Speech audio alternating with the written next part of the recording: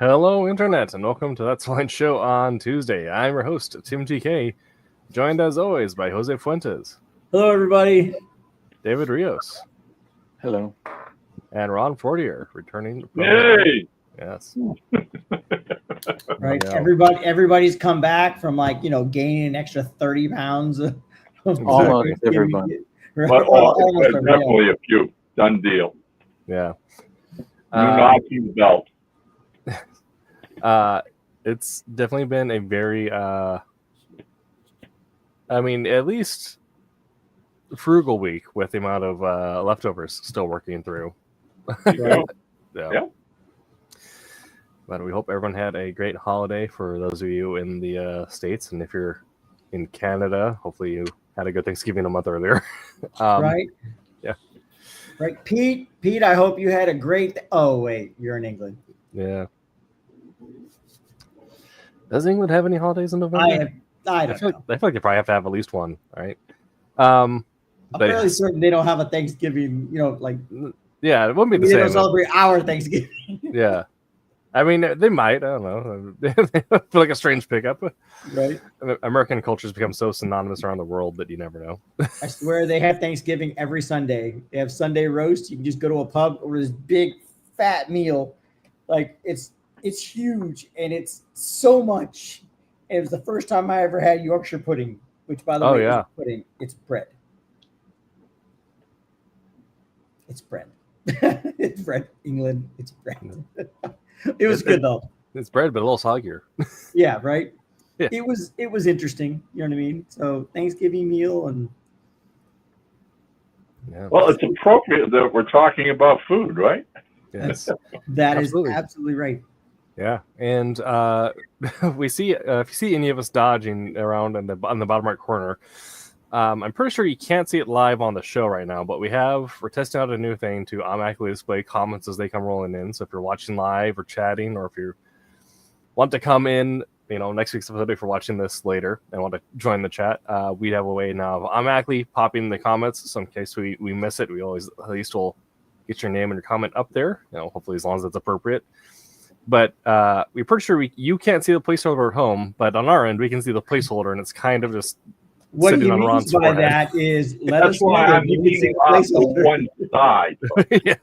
Because right there is where the comments are going to appear, right there. Just hoping it's down here like it was before. Yeah. Well, Ron, you are actually right under the comment box for me. So whatever, it's mirrored. Yeah.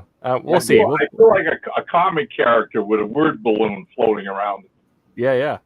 There it is. But yeah, and if it does end up covering Ron's face, we'll switch to the old-fashioned way of doing it. But periodically, just rotate us so we all get covered up. Exactly. Yeah. We'll all take a turn. Yeah.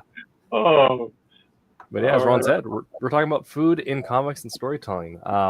It's very. This is actually a topic that Roland had created, and then I stole. Because one of my favorite stories in comics and later anime in the last couple of years is a story called Delicious in Dungeon, which is a food-based adventuring story. It's a weird show. Ron shaking his head because I guess they're not familiar. What you're talking about, Tim, but hey. It's a story that follows a group of adventurers that delve into dungeons, but in doing so, they have lost all their money and provisions to secure themselves. So instead, they have to hunt and cook and eat the monsters. Yeah. So okay. Yeah. Right.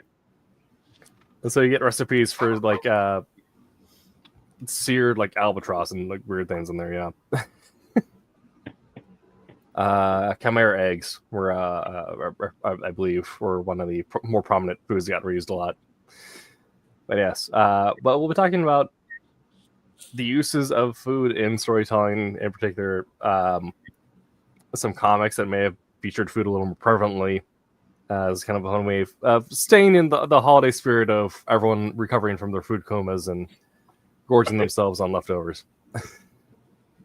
I was trying to think. I mean, when I hit up Jose early this morning about, so what's the theme for tonight? And when he shot it back to me, I'm like, wow. I'm trying to think, where have I seen food in comics, at least to some degree? And I think the first thing I nailed, and we laughed and kidded about it, predominantly, all right, was Teenage Mutant Ninja Turtles. Yeah. Popped up on, the scene, and immediately, we all knew they loved pizza. Okay? It was the pizza thing. No matter in the animated show, the live movies or whatever, you couldn't do a TMT, storyline without them, chowing down on pizzas. It became a part of that whole culture and what they were about. Right. And it was a lot of fun. It was really, really well done. At which point, Jose comes back to me, though, and I'd forgotten that one, I don't know if it's in the 70s or 80s, but somebody writing The Flash realized that his metabolism burns so fast that he probably has to eat his own weight every day to replace those lost calories. Yep. And all of a sudden, the Flash was a foodie. He's like, you'd see him running, he'd be all done, and then he'd be scoffing burgers and hot dogs and everything else like that, which was hilarious. But there was like this logic to it, right? I went, okay, that's weird, but it makes sense in its own way. Yeah. Right. Yeah, I remember an issue that there was Wally West that was going through. They were explaining it, right? He's like, yeah, if I didn't get a stipend of free comp meals from the JLA, at least twice a day, then I don't know how I pay for my food bill. Yeah. I mean, I have some like a little more like on the nose like examples too that we'll get to, but in similar categories, the ones I always think of are, growing up an X-Men kid, I always think of the scenes, especially like in the early 2000s, where we got the cafeteria scenes in the Xavier School with like Quentin Quire's food riot, things like that. But then also in the Krakoa era X-Force, when the rehabilitated Black Tom Cassidy joins the X-Force, he's literally like a bartender in this overgrown like shrub bar. That was Blob. Was Blob? Oh yeah, Blob was the bartender. Yes. Black Tom was he was like plugged into the island. He was kind of the security, whatever. But yeah, it was Blob. Fred Dukes with the big like 70s mustache and stuff like that. Mm-hmm. Yeah. But weird little things like that where even if it's not necessarily as tied to the character as like the Flash needs to eat so much frequently, but still you're conveying a tone for a character almost immediately with this food-based setting you're putting them in. You also had it's a lot in anime, a lot in the animated stuff as well, but you always think about like Beast Boy and the whole big food in his eyes and all that stuff. And then another thing from the animated that I thought worked very well was just the whole eating scene with Peter B. Parker and Miles Morales in the first. Are you going to finish that? Right. Mm-hmm. No. Oh my God. We just watched Batman Under the Red Hood. Nice. We got a collection of the 18 animated Batman movies. And one of the scenes in there that I guess you consider tea food, right? But one of the things that I think makes this a interesting topic to talk about, besides the fact that it's just kind of like, weird clickbait, but because food is such like a universal human experience, but everyone experiences it or engages with it differently based off of personality, cultural upbringing, and things like that. You can use it to, in a lot of cases when we talk about writing, especially in a visual art form like comics, it's always show, don't tell. Why have 15 pages like bubbles of dialogue when the artist can include one detail and that gives you the information you need. But food is this really good way of compiling and distilling a character's experience or character's mindset in the moment into one item or one experience. And so in that Under the Red Hood, you have that moment where Dick Grayson Nightwing is hobbled up on a chair with his leg up casted, and Bruce is hunched over the back computer. And Bruce just has like a hot, like giant mug of tea that he slams back, whereas Dick Grayson's taking his time steeping it.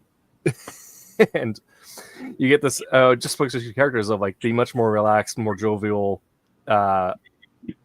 almost treating this food in a witty way, Dick Grayson, and Bruce, who is just, my job is to be Batman, everything is to be Batman, this tea is to exist only to refuel Batman.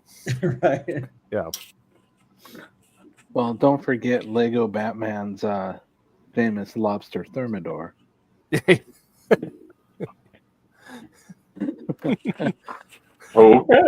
Yeah. Did you not see the Lego Batman movie? No. A long time ago. So It made a lasting impression on me, Dave. I saw the Lego movie, right? Everything is awesome. I saw the Lego movie. That was great. That was it. I think, because I asked myself, I mean, have I used, scenes with food? I mean, in all the things I've written over the years, and I think the comeback is, I don't think I ever have. I think, getting back to what Tim's talking about, I think I've used drinking as a visual cue, okay? I've had tons of my characters, stopping from, fighting or a mystery or whatever and getting a cup of coffee, all right, or a beer or whatever, all right, relaxing. A glass of wine, whatever. you know what I mean? But the food thing never crosses my mind. It's always, pouring a cup of coffee or this or that, all right, as a visual cue. Give the artist something to do while, you get these talking head scenes going on, all right. But, yeah, I agree with Tim, though. I think food and what the food is pretty much can identify a character. And I go back to a lot older than what we're talking about comic-wise. I mean, all the way back to the early Archie comics, all right? I mean, you basically had Archie, and the minute you got introduced to Archie, he was, the guy who was like, into nothing but girls. And he had Betty and Veronica fighting over him all the time. But his best friend was Jughead. And Jughead could care less about girls. Jughead's passion was hamburgers. Mm-hmm. Okay? I mean, put a hamburger in front of Jughead and he was in seventh heaven. And I mean, literally, I remember the first time I saw that and I thought, man, you can even go back to Popeye. Yes. And Wimpy. Wimpy Willie. Wimpy, the same thing, all right? Lend me $1, so I can buy a burger today and I'll pay you back on Tuesday. The classic line, all right, constantly. And that's all he was doing. And if you ever saw the Robert Aldrich movie of Popeye with Robin Williams in the role, right? Wimpy is just chasing after food. That entire movie, right? They're doing everything else, but wherever he's at, is there a meal? Is there going to be a lunch? Right? Can I borrow this and that, whatever. So yeah, food can add elements of humor and, hey, like I said, actually underscore what a character is. Mm-hmm. Well, don't forget Popeye and the whole spinach thing too. Oh, Yeah. well, there you go. And that also ties into one of the comic references I had mentioned down was the comic Chew. from Image. Oh yeah. Yeah, Okay. yeah. It pretty much says it all right there. Exactly. It's very much on the name. But a detective who gains his powers by eating foods, right? And I'm not as deeply versed in Chew as others are. I'm familiar with the passing line of it, but I don't know. Jose, have you read Chew? Can you kind of speak to that character? I haven't. No, I haven't read it. I've seen a lot of artwork from it though. Like just over the course of like internet and surfing and rabbit hole falling down. It's kind of where I am too. Is you get engrossed in comics that just kind of hear what exists and you're like, that sounds neat. Like, I'll add it to my list at some point. Yep, pretty much. Yeah, they have the volumes at my. It's great. Almost every cover has him eating something. You know what I mean? Yeah. Like at a diner or at his own table, it's always like him just eating. I mean, it's very the examples that we are familiar with. It's very central to the characters like Popeye, where his strength comes from spinach, right? Or to the Flash, where he has to consume a certain caloric element, like content, otherwise he gets lethargic. Yep. Which makes sense. Yeah, which makes sense. I believe they even kind of reference that in the DC versus. Well, I'm sorry, was that? Was it Flashpoint or was it DC or Batman versus Superman? I think it was Flashpoint, but also in more recently DC versus Vampires. Oh yeah, where you have Vampire Flash just trapped to the treadmill. Yeah, and they said, "Listen, we can't change you into a vampire because if we do, you're going to eat everybody. Yeah, and we will starve." There's also a book I've been wanting to read it. I just haven't had time, but that uses that as well. Ghost Pepper by Ludo Lullaby. Yeah, I've been seeing that on my Comic Geeks app, but I haven't picked it up yet. But you see a lot of the covers where she's got a frying pan and she's cooking things up and stuff. So I think you told me about that one, Dave. Yeah, there's been a lot of good guest cover artists and stuff like that. So even Joe Madureira came and did a cover for him. So he's been doing a few covers now. Marvel with the whole sliding back in a little bit here and there. I don't know if it's permanent, but it's great to see him back. So yeah. I will say, from an artistic point of view, everybody wants to draw like the big dynamic punches and like flying through the air and everything, but like to sit there and draw someone eating, you know what I mean? The mundane stuff to me, it's a little harder. Because you got to get the details now, because the anatomy is and anatomically speaking, a punch is fairly straightforward, or like a reaction shot to that is. But when you're like dealing with like mouth muscles and like the curvature of like the hands, or like and then the food getting in there, Well, also look at a lot of the anime stuff. A lot of anime with rice bowls and things like that. Big old cheek stuff. Yeah, and their mouth being kind of puckered and all this stuff. One thing that comes to my mind is Fooly Cooley, but just a lot of the anime is it's a very big thing to put food and eating in those as well. So my mind immediately went to Naruto with the Ichiraku Ramen Shop, where they're you have you'd always get the glorious shot of the food, and then it immediately turns into no animation or no movement between frames. It's just them holding chopsticks and noodles sliding up into their mouth. But kind of getting into that same idea as the idea of food also exists to establish a comfort scene. So, it's very common in anime that to mark that you're transitioning into a low, you have the food scene. That's a very Eastern storytelling trope. It's also common in a lot of Chinese storytelling.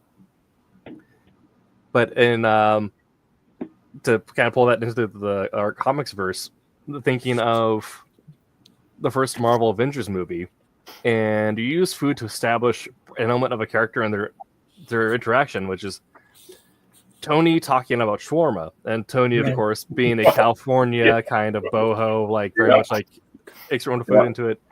Cap, who is used to like eating gruel from 1930s New York, and Thor is like also coming in. But you kind of have this moment of like using food as a point to a difference between all these characters, that like something as universal as food is so divided among this group, and then we get to the end of the movie in the credit scene, and just silence as they're all sitting down eating shawarma. Right. That moment of like, I cracked up when I saw that. I loved it. I thought it was a riot. Yeah. Well, the best was Chris Evans trying to hide his mustache. Yeah.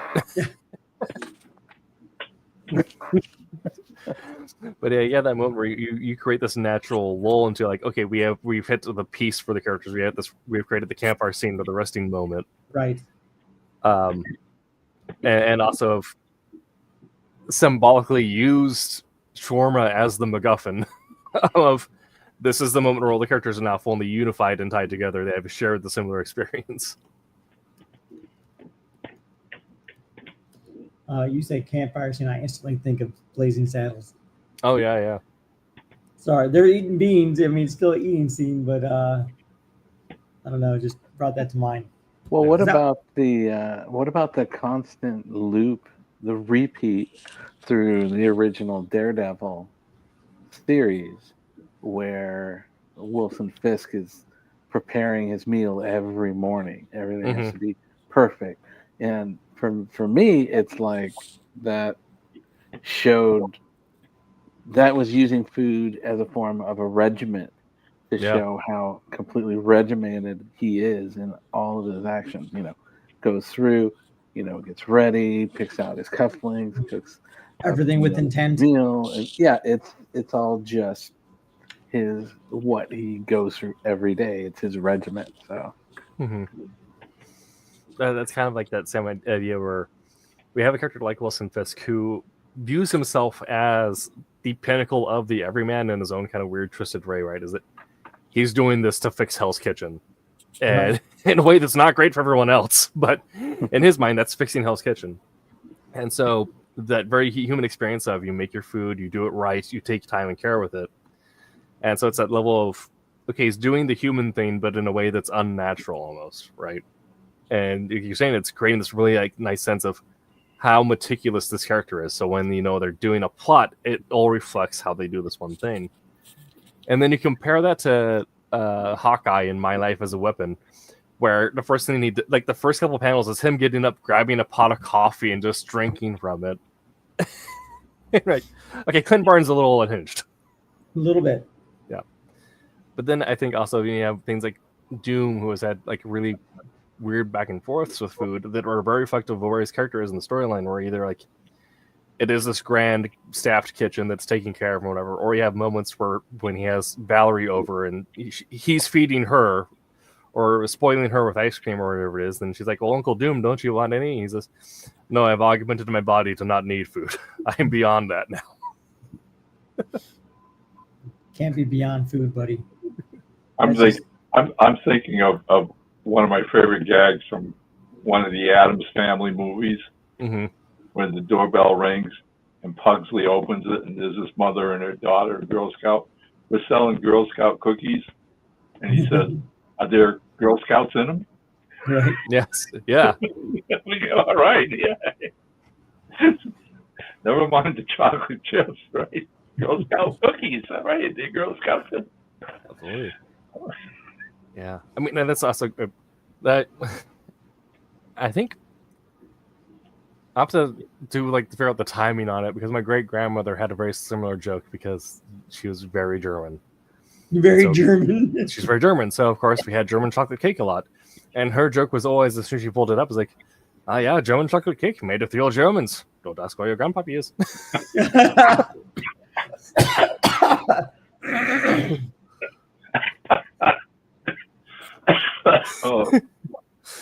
So you get the idea about, you can also use food and storytelling to set tone, and I think similarly one of the greatest tone setting foods existed in comics first, which is the Garfield lasagna, right? Yep. Yeah. Yep. Totally. Yep. The only time that cat moved faster than a crawl was for lasagna or the fern. Yeah, exactly. But you can use this idea of one, you've created branding with it, which if you get into like the marketing of comics or the business of it, you know, having something straw to brand with is never hurts. Right. But the idea of you've created, you know, it is Garfield is a slice of life story, right? There's not a whole lot of big drama or action happening to it. It's just people in a real life experience in the day to day, but with these hyper exaggerated moments. So to have the lasagna be kind of the pinnacle of the day really kind of speaks to like this is appealing to, you know, if someone were in John's shoes, right? You come home from work, you're probably thinking about what's for dinner. That's all in your mind. Wasn't it DC in some of their titles? I'm trying to remember if it was the Watchmen or whatever, but they ended up like creating an entire burger chain, right? Big Boy, yeah, right. Big Belly, Big Belly, Big Belly, yeah. Big Belly Burger. Yeah. Okay. Right. And that would pop up in the background everywhere in like different issues or whatever. All right. I always got a kick out of that. I thought, I was like, okay, good. You know, it's too bad somebody wasn't more enterprising. You know, yeah. You know, I mean, but that's they would cool, do all your marketing for you. But even that small little thing is like can be a link across the entire DCU. You know what I mean? Across the entire, exactly. Like, oh, we got this chain here. Oh, we're gonna go there and eat. Oh, like, oh, that we're saved. We got, you know what I mean? We got a Big Belly burger. Yeah. So, I mean, I wonder if you know, young fans reading that didn't think that, you know, this was legit. You know, Oh, for sure. Going, you know, Dad says, "Oh, we're going on vacation to this other town. They have Big Belly burgers here." Oh yeah. Yeah.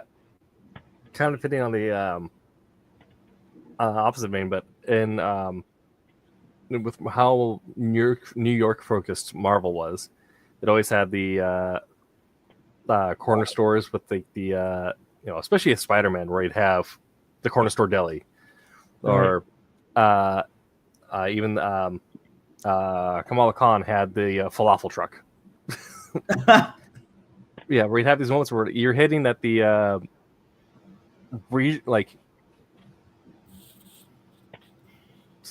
regional heritage of these characters, where it's like this, like if you're in New York, New Jersey, like you have experienced that corner store deli or that falafel truck, or man, I know my wife and I did when we were up for New York City Comic Con. We definitely hit a couple corner store delis that, like, I was like, oh, you know what, that's pretty amazing. But if you live in New York, or you frequent there, you know what I mean, that is definitely a go-to place to, you know, it's not even a name, like it doesn't even have to be a name, it's just, like something. I think one was Eddie, but it was ran by a bunch of, you know, different. It was really different, like ethnicity, right? And not saying that in a bad way, because, you know, I'm Hispanic, but like it was ran by a, like, everybody working there and everywhere was Hispanic in there. So I was like, Eddie, like that just seemed odd to me. You know what I mean? It's like, oh, okay, let's try it. It was the best breakfast I ever ate. Yeah.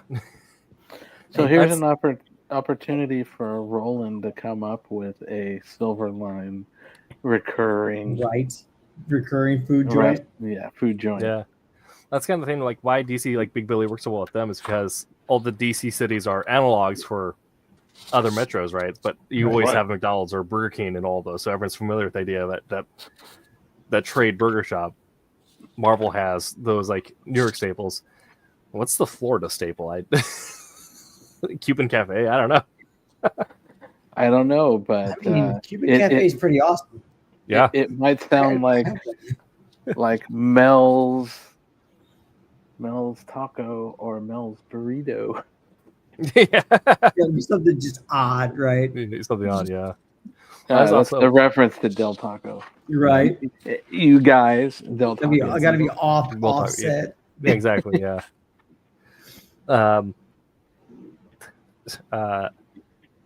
One of my favorite covers, speaking of the regional focuses, even though it was not the best series, I thought it was very funny. Was Midwest, the Great Lakes Avengers. remember the first issue 1 had them meeting like inside a Denny's. This idea of like the Avengers hideout being a Denny's is great. But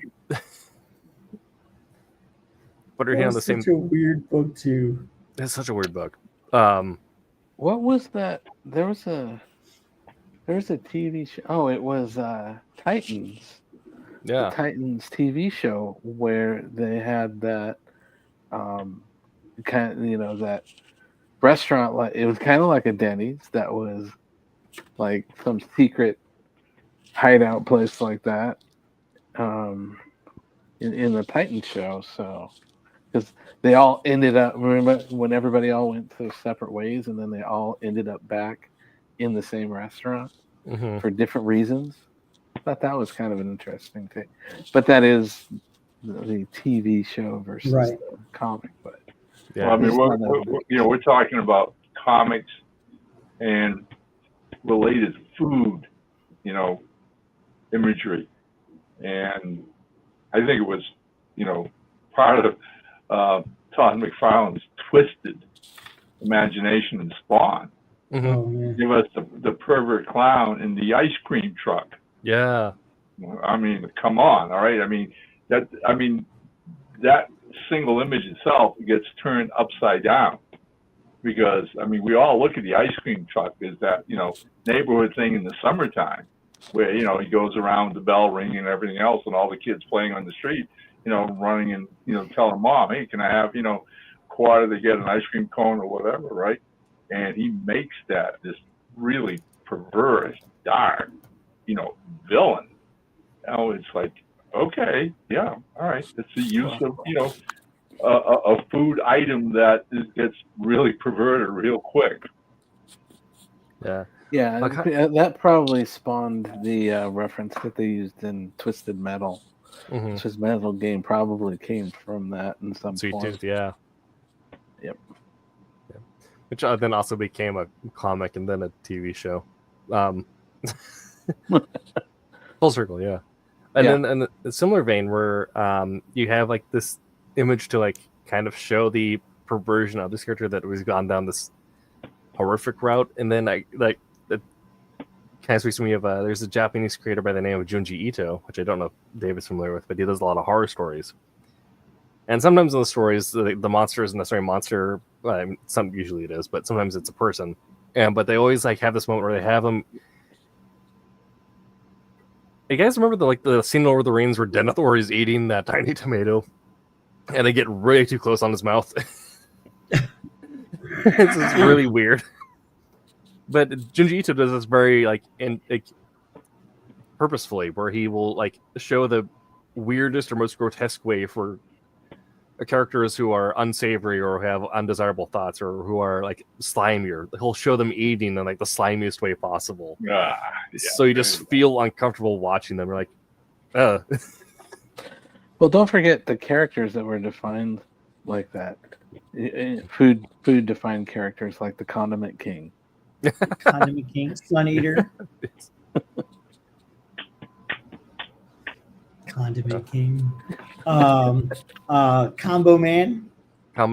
Okay, I'm glad that I'm not the only person who has a deep affection for Combo Man, because I was scrolling Instagram the other day and I saw that there was a comic book creator that I follow who did a whole like expose on like, it's like, I don't want to talk about new comics, I want to talk about Combo Man. Right. Is it a good comic? That's awesome. No. Is it the best comic? Yes. Combo Man. I mean, and you, of course, running with food in comics, you also have the opportunity for branding promotion, which, if you're trying to run a business, doesn't hurt. But sometimes, if done poorly, you kind of get like this really kind of bad taste in your mouth, like, oh, all right. But then I also then think of, they stopped referencing it as much, but I remember like in the 90s, for whatever reason, I think DC was just trying to force Coke into a branding deal, but they had soda cola, right?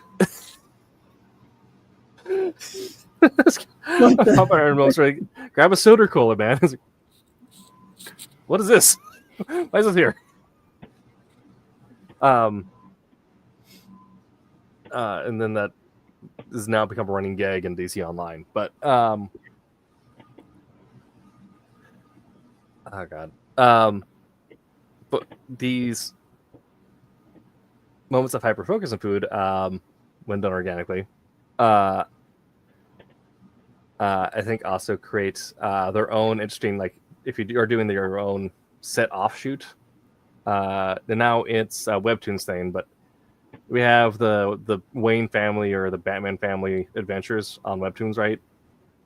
Where it's this whole like separate DC push thing because DC started publishing online a little bit. Oh, that's right. Yeah. And one of the things that gets featured a lot is Alfred's cooking.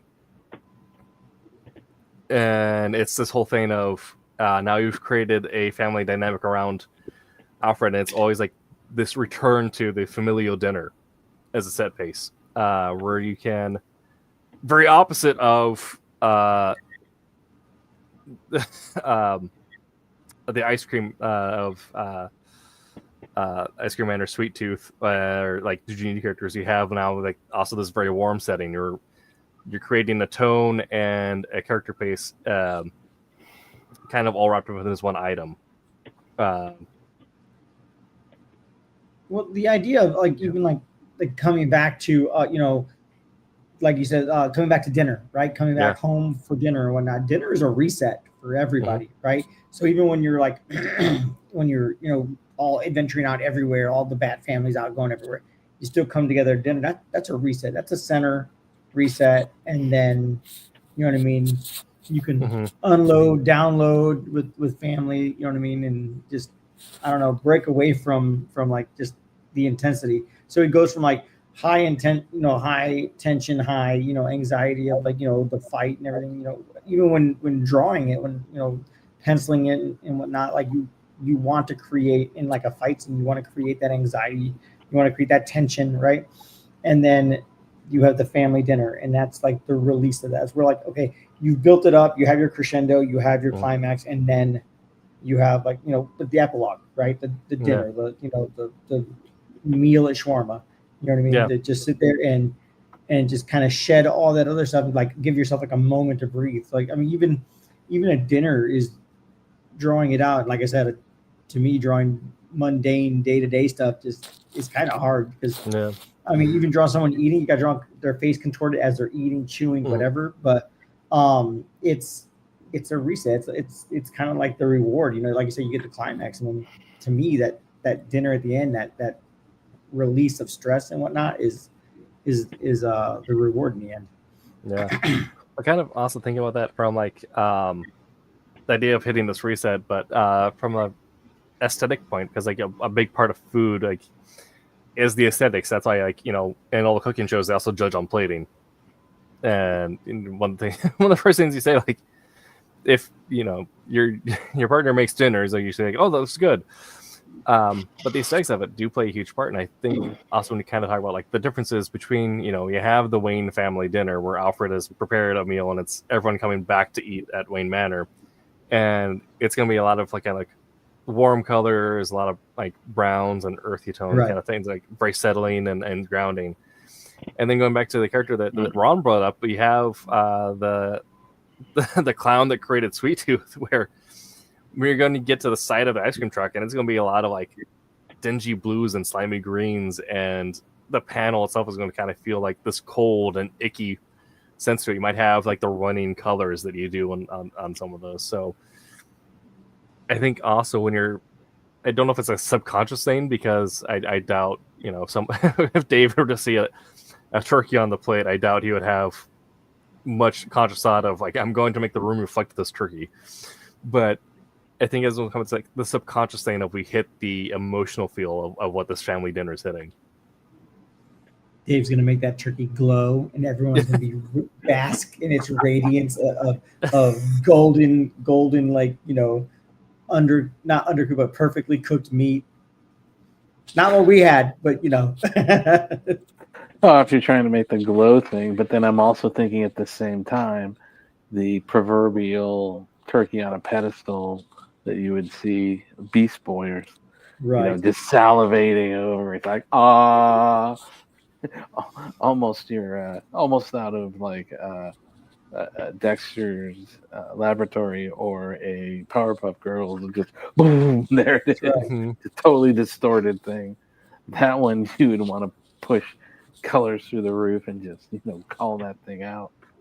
But again, it's whatever your intent and your situation is. Mm-hmm.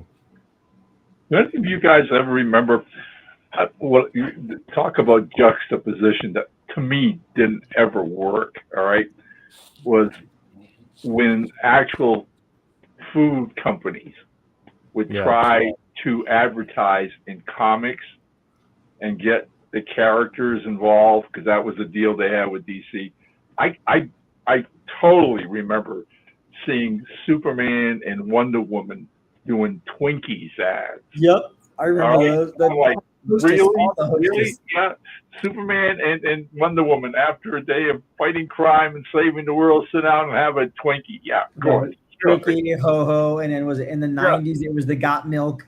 You know what I mean? Right. Where they had the Got Milk, and then there was another one that's more recent. It's was it the Snickers bar? Yeah, Yes. it was. Like little itty bitty comic, like on like 1-page comic on the back of the comic. It shows like this rampaging monster, and then it's like, oh, like someone come on in, like here comes Flash, like here, Diana, like eat this. There you and go. it's like, Right. Did you just call Wonder Woman a beast unless she got a Snickers in?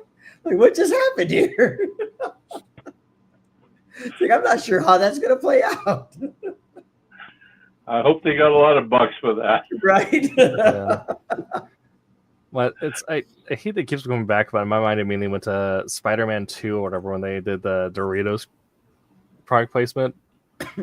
And then it's for a reason it just keeps on coming back. Or now, at least now, I think they're just keeping it to put Spider-Man on the Doritos bag. Don't put the Doritos bag in Spider-Man. But it's just for a while there was just became so egregious where you had like the pop out of the bag and there's Spider-Man's hand popping off a panel with Doritos.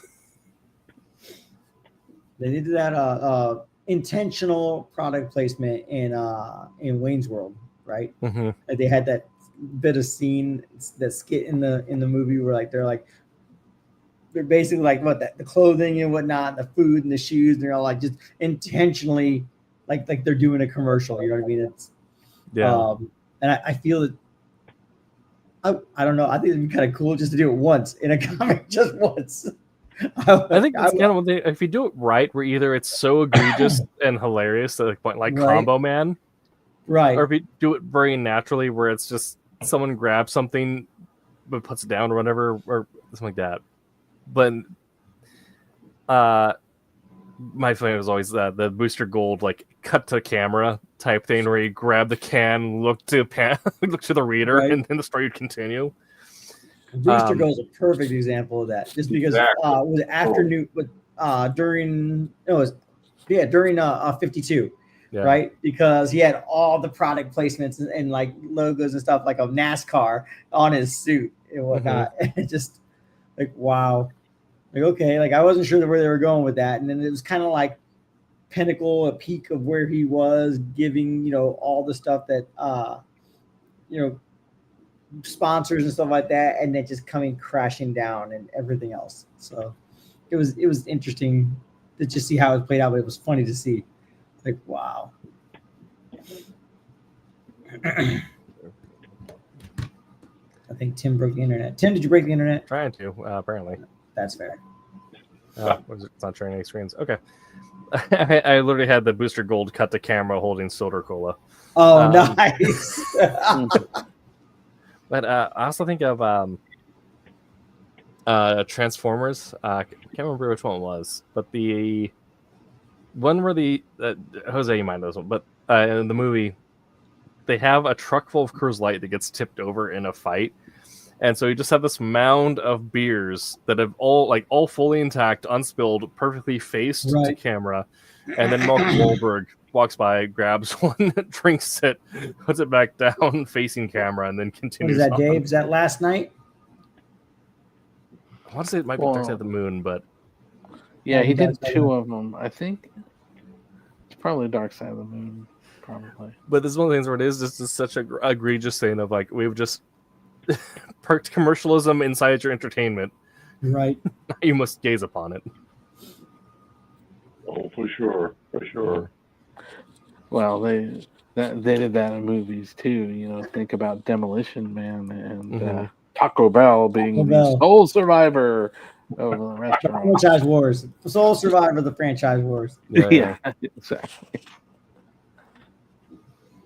I was like, really? Taco Bell? Like that's what won? I don't know, but they ended up with seashells. You know, Right. they didn't The tell three us what they shells. were.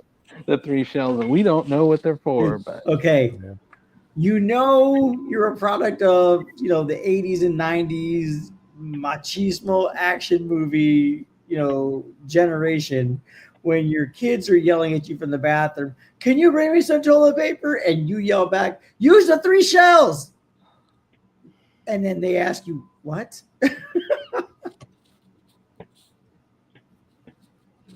Like, Dad, nobody knows what the 3 shells are for.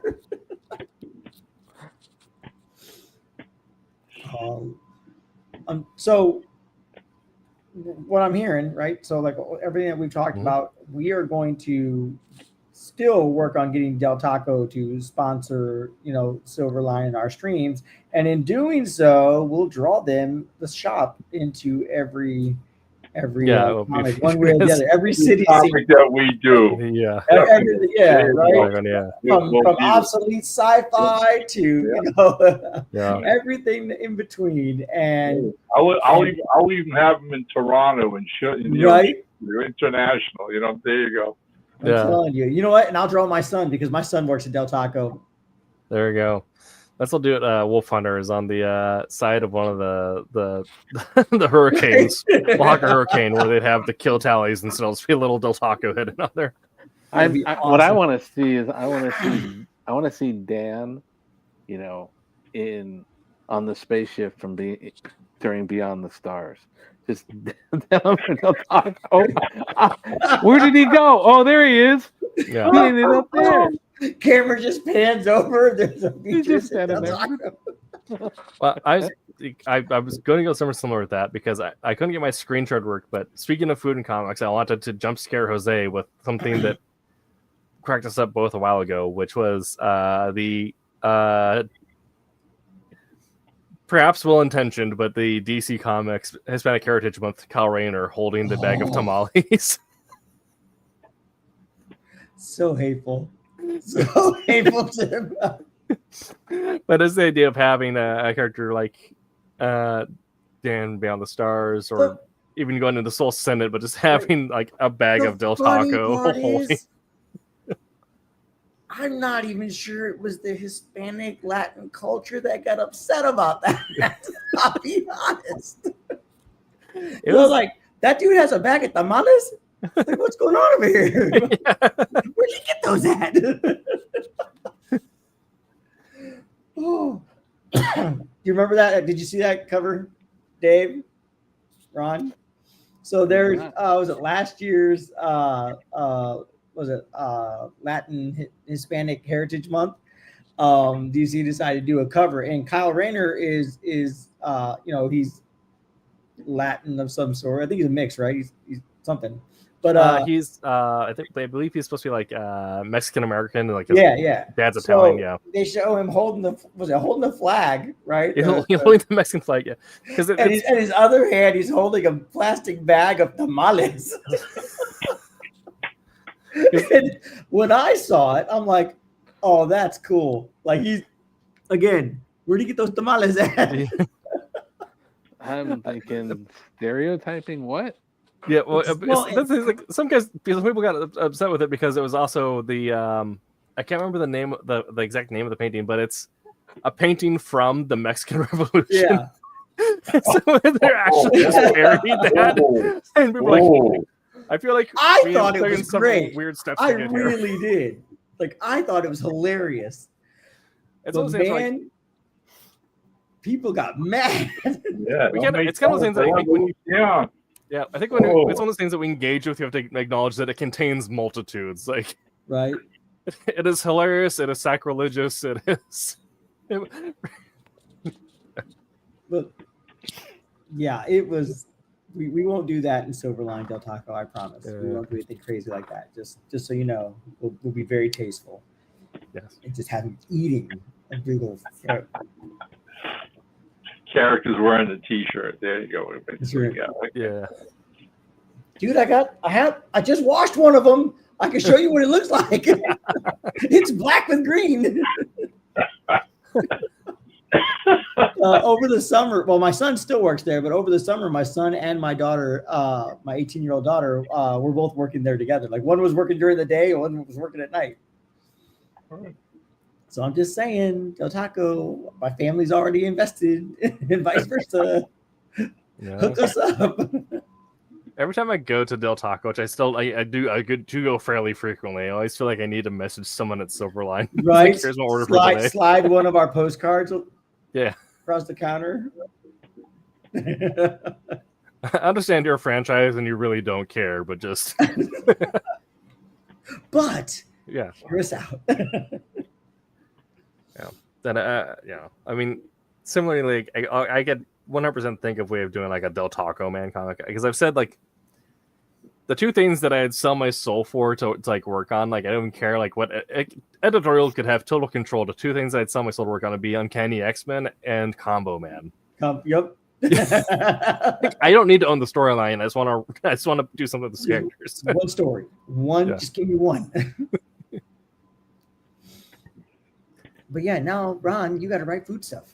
I got to write people eating, right? Yeah, I mean, well, after this episode, I'm going to have all kinds of things floating through my head. Right? Because I mean, now you're like, I didn't think about that, but you know, something like, not to give away a spoiler, but part of also what popped in my head with this is that in Wolf Hunter, one of like the central crux of the puzzle comes down to how a certain food is prepared. Because it's a regional difference between Germany and England that sets off the spy hunter into like, oh. And yeah, and so it kind of having like these moments of someone's converter just went flying out of their hood. But one of the things that I think about is like I was saying, it's not usually when you're writing something, food scenes are not always top of mind or like the most conscious thing to think about. But when they do hit or when they do occur, when you think about it, it feels like it's such a one epiphany for you as the writer, but also it's kind of this cool thing to focus on. Yep. I think of also of I mean, going back to Lorraine's a little bit, but not Denethor and his tiny tomato, but you know, how much of the hobbits did we learn about through their meals? Right. Or through how they're sharing pints at the Prancing Pony, like this whole like thing, and then also learning the difference between like hobbits, men, and elves in the way that they handled food or their behavior towards food. The idea that you could also like tell major details about a culture or race's history or personality through something as simple of, well, hobbits eat 12 times a day, men only really eat twice, and then elves will have a piece of lambus bread once every week. Right. Yeah.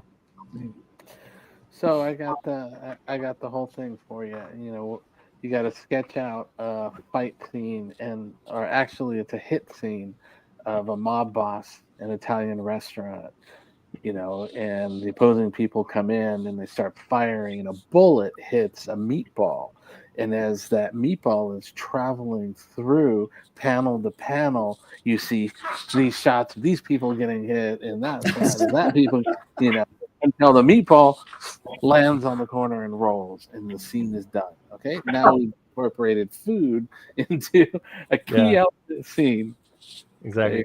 I like one of the things that I always talk about is I love fun, weird ways to with panels. I think that panels are one of the best places to deconstruct the comic, just the way they're laid out, like doing a panorama or doing something weird. But the idea of having the panorama with the traveling meatball being the through line or something of that effect, I mean, you could even like just as easily you could do was it Deadpool may have done a traveling chimichanga A panorama. traveling chimichanga. As I feel like that's something that's probably happened. I want to. I want did. to pencil a scene. Oh, I go did. ahead, I Mike. did. I did a Mr. Jigsaw issue years ago. I wanted to play with time travel. Hmm. All right. So I wanted to do an issue where Mr. Jigsaw ultimately keeps running into himself from the future. All right. So in trying to put it together in my head, and trust me, all right, doing this kind of stuff is convoluted. You really, this one I had to plot out. I had to figure out scenes and how they would repeat. So basically, I needed a really fun visual hook to start everything out. And the start is he's walking into his physics class. He's in college, Charlie Grant, and his buddy, his football playing buddy, and they're walking into the class, and there's no teacher there. And one of the fellow students says something to the effect of, it's a physics teacher, and says, you know, nobody knows where he is. Well, before Charlie can even consider the, you know, what's happened to this teacher of theirs, all of a sudden, out of thin air comes a pie, a fruit pie, and hits him right in the face. All right? And thus begins the mystery. All right? Well, at the time I wrote this, that film, Life of Pi, had come out. It was all over kids. So I called this issue The Life of Pi, right? But Pi, P-I-E. So the kicker is, they don't, you know, it came out of thin air. What's that all about? So they look at the plate, and the plate's got an identifying tag of the bakery where it came from. And so begins their clue. And they go to where the bakery is. Along the way, trying to find out what happened to this missing physics professor, they get either attacked or almost hit by cars or whatever. And every time they do, Charlie is saved by Mr. Jigsaw popping out of thin air and saving him. Okay, follow me through. They finally figure out where the physics professor is. He had actually built a time machine in this hidden warehouse on campus. They walk in on it, and then as they walk, he's trapped in stasis. He tried to use it and couldn't get through. So how are we going to save him? And Charlie puts on his Mr. Jigsaw uniform and goes, I know how, and basically takes a running leap, jumps up into the machine, pushes the professor out of the stasis field, and suddenly he's thrown back into the past. Where? To where he first saved himself. Then he pops out again, appears again in another scene. So he's making happening what we had in the first half of the comic. Right. Okay? Finally, everybody's reunited around the time machine, him and his colleagues, the professor, and he goes, I should have never messed with this. And he says, this is dangerous and everything. And Charlie's girlfriend makes a comment to the effect of, well, I guess we solved everything. And all of a sudden, Charlie goes, no, we didn't. She goes, what do you mean? He goes, wait right here. And he runs out, he runs across the street, across the neighborhood, goes to the bakery store, gets a pie, runs back to the time machine. He goes, now we finish it. And he throws it and disappears into the time machine. So he actually threw the pie that hit him. And himself, yeah. Yeah. Perfect. Life of Pi. That's amazing. That's cool. This is something that I've always wanted to write in the back of my head. So if you're at home and you're writing something, feel free to use it. Just credit me. But the idea of doing, ever since I saw What's Eating Gilbert Grape, that movie, and they have that horrible continuity sequence where the cereal is always different at each time they cut back to. I wanted to do a scene where, when every time we cut back to a character on the panel or whatever, like their beer or their sandwich or something is always at a different state of consumption. But then it's revealed that these are all different paths in a time loop that are actually different points in the conversation that have had the multiple layering happening conversations. Yep. See, I want to see something like that. Only it cuts back to Young Frankenstein, and you had, you turn around at one point, this shoulder's up, the other shoulder's up, Yeah. different things for each horse. It's just Wasn't all your over hump on the other side? Wasn't your hump on the other side? Oh no, that was oh my gosh, wow, that was Robin Hood Men in Tights. Wasn't your mole on the other side? I have a mole. Well, I mean, that's what's his name? Kurt Russell and Captain Ron. His patch is on one eye, and then later in the film, it's on the other eye. Mm-hmm. Gene That's Wilder right, the time wasn't that traveling stuff. But as long as wasn't we that- have a fight like Sanosuke from Rurouni Kenshin, the live action, Oh, yeah. he's sitting there fighting a monk, like just street brawling. This fighting is like just awesome monk and whatnot. And he's like, wait, picks up a turkey leg, just starts chewing on it. He's like, offers it, you want some? And the guy grabs it, like takes a drink, eats it, whatnot, and then they get back to fighting. Cool. Classics already. All right. Well, this has been that Silverline show on Tuesday, where we've discussed food and the many ways you can use it to illuminate characters, create Right. tones, settings, Timing. and just weird ways to reference it. Jose predicted how this show was going to go. Yeah. All right. Next week we'll be talking about our title is Bring on the Gods, and we're talking about cosmic level characters. Ooh. So, Okay. yeah, thinking about grading the grand cosmology for your universes, whether or not they actually are deities or just, in the case of simulation theory, do they just think they're deities? Well, they got the computer. All of them. Ooh, all right. Yeah. So, I'll try not to talk about Wookiee the entire time, but we'll be talking about all that fun stuff. Make sure to check out Wednesday Wham and Silver Sunday. Wednesday Wham tomorrow's is doing a deep dive on Cat and Mouse, and Yeah, they got Roland to come on and just pick his ear about it. And then Sunday is doing a military special as a remembrance of Pearl Harbor, as that is December 7th. So we'll be back next week at the 9th, 8 p.m. Pacific time. But until then, Make mine Silverline. Silverline. Hey everyone, this is Jose Marzan Jr., anchor for Marvel and DC, and make mine Silverline.